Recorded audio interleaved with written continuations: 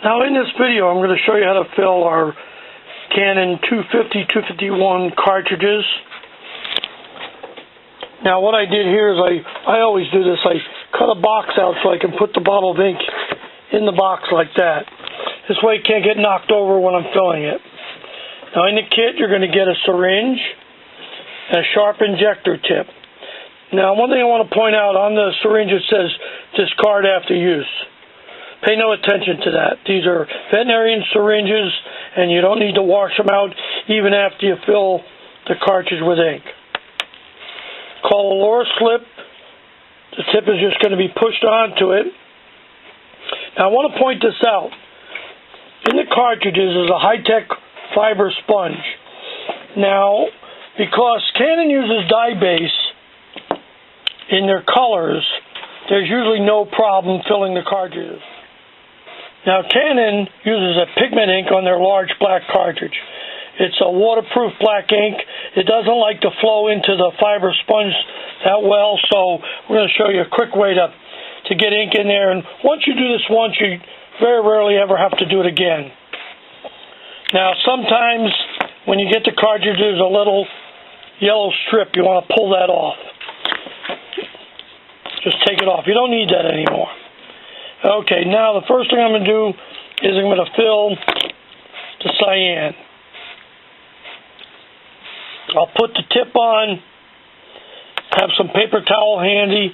I'm using some rubber gloves so I don't get ink on my hands. It's very simple to do this.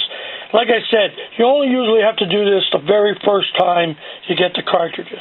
Now, when you first open the bottle of ink, there's a little top seal on here. Now that can be messy and get ink on your fingers that way. That's why I'm using a rubber glove. Now I want to point out this is the sharp injector tip. The reason why it's sharp, when it goes into the sponge or the fiber sponge, it doesn't damage it or cause any problem. It's got to be sharp. If it was cut off or blunt, it would damage the sponge.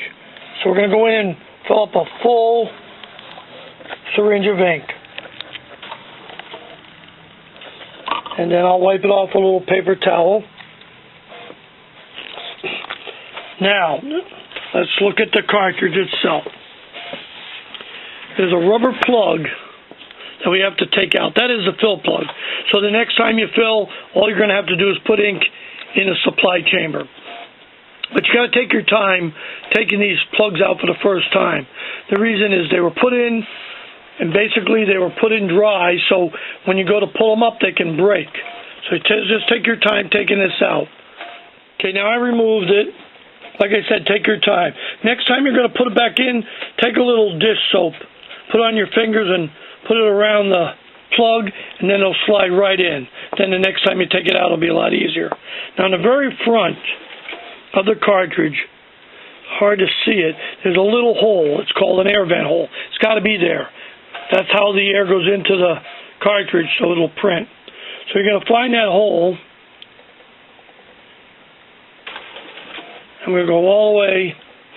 I'll leave about less than 1/4 of an inch. Won't go all the way to the bottom. Now I'm going to start to add the ink. That's what I want to do. See where it's coming up there? Now this may take more than one syringe of ink. So you might have to do this twice. But I'm going slow. I kind of tip it on an angle. See it running down? That's what I want. I want it to run down and go into the supply chamber. I might wait a minute here. Kind of tip it on an angle. Now, sometimes all the sponge will not be saturated. That's not a problem. Don't worry about that.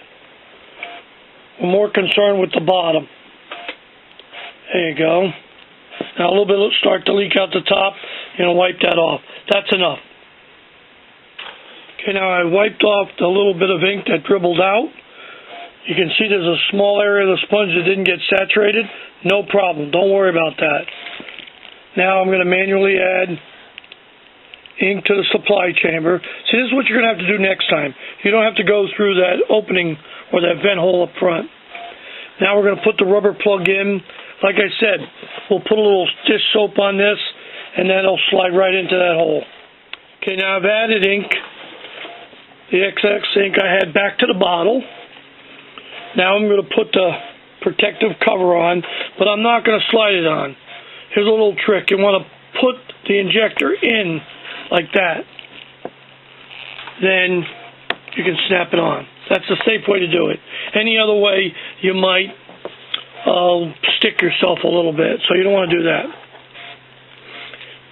Put the top back on. That's it. That's how simple it was. Now, let me show you how to take off the orange clips. This is important because you don't want to damage them.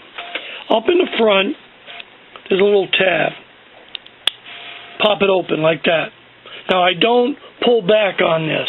If I do, I can damage the little pins on the side of the orange clip. So what I'm going to do is I pick it up and I push it backwards.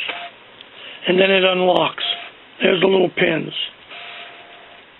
So when you put it on, pull forward, and then lock it down. So I just wanted to point that out because you could damage the clip and then ink will leak. So if you want to store it, you put it back in the orange clip, or if you're going to fill it, you need it back in the orange clips. That's why you don't want to throw the orange clips away. What I usually do is, this is magenta, I would mark an M on the side of the orange clip.